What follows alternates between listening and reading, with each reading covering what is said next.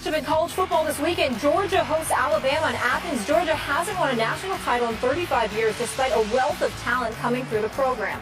USA Today Sports profiled Georgia's program earlier this week in the perception that they hold themselves to a higher standard than the programs they annually face on the field, making it harder to compete with other powerhouse programs.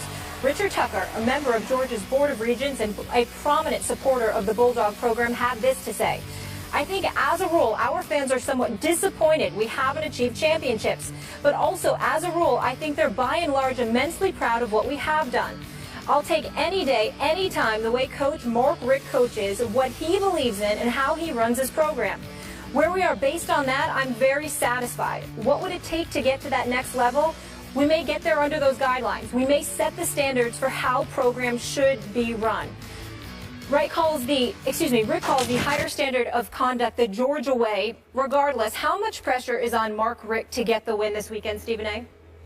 I think there's immense pressure on him. I think they're like 17-23 going against top 15 opponents in his career, if I remember correctly. Obviously, they don't have a national championship in quite a long time, spanning 20 years. Florida and Florida State has one, LSU, Alabama, of course. The list goes on and on. Auburn has captured one. I mean, you just look at the landscape evolving around him when you consider the fact that Georgia is such a hub for young marquee talent, and Alabama, that's one of its main recruiting grounds. And you're Georgia with the talent that you have at your disposal. It comes a point in time where Mark Richt has to step up and simply get it done. And the fact of the matter is that hasn't happened as of yet. They are the favorites tomorrow afternoon. They should win this game against Alabama. When you got Nick Chubb, when you got Lambert playing at quarterback the way that he's been playing, Skip, and he's been very, very impressive. You look at Malcolm Mitchell, you got an experienced wide receiver. You look at those two outside linebackers on the defensive side of the ball that really can get after the quarterbacks, and Leonard, I believe, in Jenkins. And you know, the bottom line is this. When I look at Georgia, there is no reason that they should lose this game. They should win this game tomorrow, because I'm not high on Coke at Alabama. I don't think they have a quarterback. I think all they have is Derrick Henry, for crying out loud, on the offensive side of the ball, particularly with Amari Cooper being gone. And obviously, even though they're strong, Georgia, at their outside linebacker spot, they're a little bit thin at the inside linebacker spot because of some departures. So that means that Derrick Henry should be able to run the ball effectively and do some damage. I'm just of the mindset, however, that Georgia is deeper. They have better all-around talent, meaning on both sides of the ball. They're on their home turf. They should win. But I'm of the mindset, Skip, I'm still going with the Tide. Roll Tide. And here's why. Because when I think about that article that y'all alluded to, you know what it hit me? You know where it hit me, Skip? I felt like Georgia was putting forth an ingrained excuse. In other words, we don't have this level of success because we try to do things the right way. We're the upstanding ones. And we're the one that, you know, with their Georgia-sponsored rule where we're talking about how players, you know, thrown out of a school for, you know, domestic violence or sexual assault, something like that, you don't get to transfer to another school within the SEC, and how the Pac-12 is considering that. The problem that I have with that, Skip, is that it doesn't speak to innocence or guilt. What it speaks to is that if you're even associated with such an allegation, you get thrown out of your school, then nobody should be allowed to pick you up. And that's what Georgia is trying to do, and, you know, they're proud of that, and that's fine. But in the end, what it comes down to is this.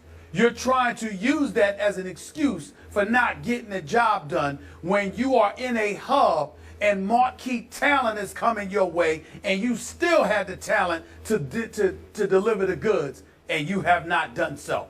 They should win tomorrow night. They really should. If I had to bet my money, it would be on them. But something tells me Alabama is going to win this game, because Georgia, led by Mark Richt, who seems to be a very nice man, by the way, simply finds a way to get in their own way. They find a way not to win big games. I agree. Last night, I tried to make a case for Georgia. I actually went to sleep last night thinking I'm going to pick Georgia, and I'm with you.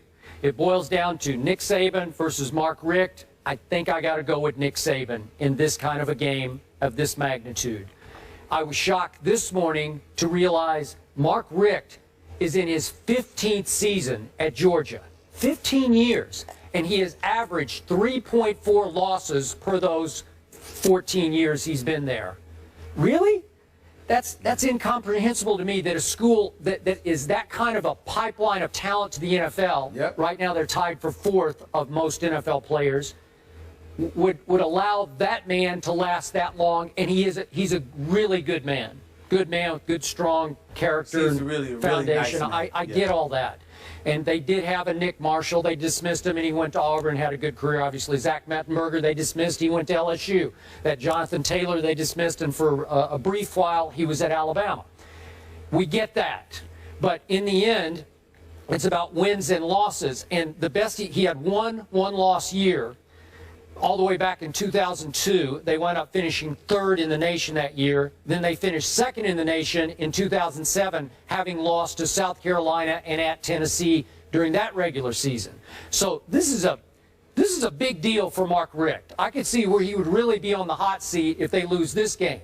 If they win it, then they would have a shot to go ahead and win out. Then they would probably, I'm just guessing, have to play Ole Miss in the SEC championship game, and then we would see what would happen.